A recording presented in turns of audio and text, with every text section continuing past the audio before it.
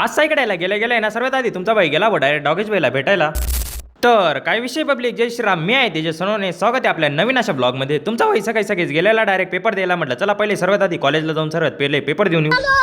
Paper द्यायला चालत होते की तेवढ्या त्यानं इकडे इतक्या पब्लिक गोळा करून ठेवलेली. यांनी म्हटलं चला आपण इथं लटकलो ना, म्हटलं लटकून जाऊ. चला आणि आम्ही डायरेक्ट तिथून गायब झालो.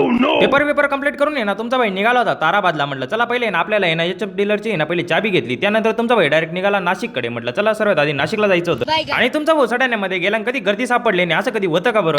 अख्ख्या गर्दीमधनं ना तुमच्या भावानी गाडी बिडी काढून आला भाऊ पहिले पेट्रोल टाकायला. म्हटलं चला सर्वात आधी पेट्रोल टाकून घेतो. पेट्रोल टाकून जेव्हा पुढे निघालो भाऊ विचारून नका रस्त्याच्या अवकळ्या पावकळ्या. आपल्या बारीचं जे काम चालू आहे त्यात या मंदिराचं काय होणार आहे तुम्ही कमेंट करून नक्कीच सांगा भाऊ. त्यानंतर तुमचा भाई निघाला होता की पुढे जाऊन बघतो भाई डबल टायर चालले होते मस्तपैकी. म्हटलं चला सहेल आहे ना आपण हातपाय देऊन घेऊ आणि मस्तपैकी नाश्ता बिष्टा करून निघतो भाई मावशीच्या घरी. खूप दिवसानंतर तुमचा भाऊ आलेला मावशीच्या घरी. मग काय मावशीने मस्तपैकी पोहे बिहे बनवून दिले. म्हटलं चला आता पोहे खाऊन मी निघतो. म्हटलं डायरेक्ट आपल्या आत्याच्या घरी. मग काय आत्याच्या घराकडे निघालच होतो. त्या रेल्वेवाल्याने ना आपल्याला ना मस्तपैकी थांबून घेतला. म्हटलं चला एक रेल्वे जाईल तेवढ्यात निघू. पण काय दुसरी लगे येऊन लागली.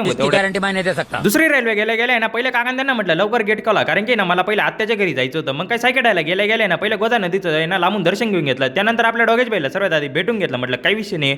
मग आदित्य भाऊकडे गेलो होतं. आदित्य भाऊचं ट्रान्सपोर्टचं काम चालू होतं. म्हटलं चला आता आम्ही हिशोब लावतो तवर घ्या तुम्ही फॉलो करून. चला जय महाराष्ट्र.